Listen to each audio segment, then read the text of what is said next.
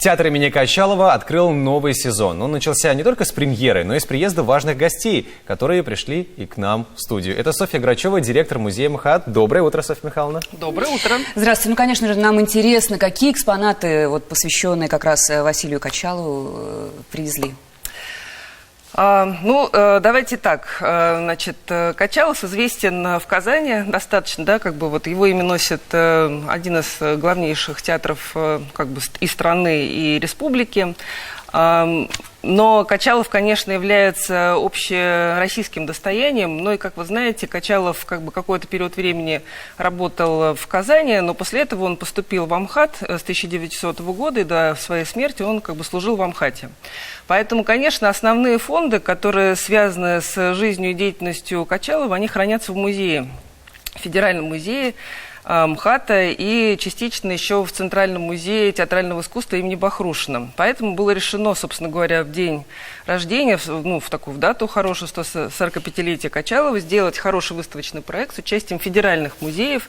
И мы подобрали интересные экспонаты, и костюмы, конечно, и фотографии, и эскизы его тоже костюмов, эскизы спектаклей, в которых он принимал участие, шаржи юмористические, потому что Качалов на самом деле был очень человек с тонким чувством юмора, и он сам любил шутить и много подшучивал над другими, и часто об этом рассказывал. Это просто практически была его еще одна ипостасия, когда он выступал на сцене не только в качестве актера, но были эти поэтические вечера, творческие встречи, он часто рассказывал всякие интересные вещи, такие зарисовки.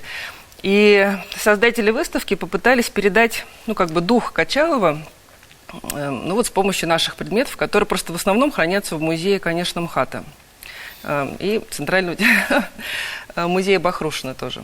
Почему федеральным музеям нужно выезжать в регионы? Это подпитка энергии для самих федеральных музеев, да? Или поделиться. Или скорее поделиться. Здесь несколько есть моментов. Во-первых, это моя, может быть, частная позиция, но я считаю, что все-таки необходимо смещать культурную повестку тоже в регионы. То есть невозможно, чтобы все самое лучшее, главное происходило в Москве и в Санкт-Петербурге. Мы бы могли эту выставку провести и у себя, в конце концов, взяв предметы из театра и показать ее там. Но я считаю, что важно как раз именно делиться, своими фондами, как раз именно создавать культурные события в регионах, потому что это и привлекает, то есть это, во-первых, сплетает по-прежнему нашу единую культурную ткань, мы все понимаем, насколько мы все связаны.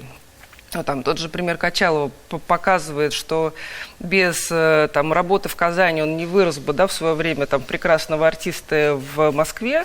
Как связано все это поле, театральное, музейное между собой, в общем, это подпитывает друг друга, действительно, эти проекты. И, конечно, у нас просто фонды достаточно большие вообще в музее МХАТ, и большая часть, жемчужина, как раз относится все-таки к первым годам МХАТа, когда этот МХАТ был создан Станиславским Немировичем Данченко, это первое поколение актеров. И, конечно, мы всегда очень рады показать все, что у нас имеется по нашим великим прославленным актерам в других регионах. Напомнить вообще людям про очень хорошие истории из нашей культуры.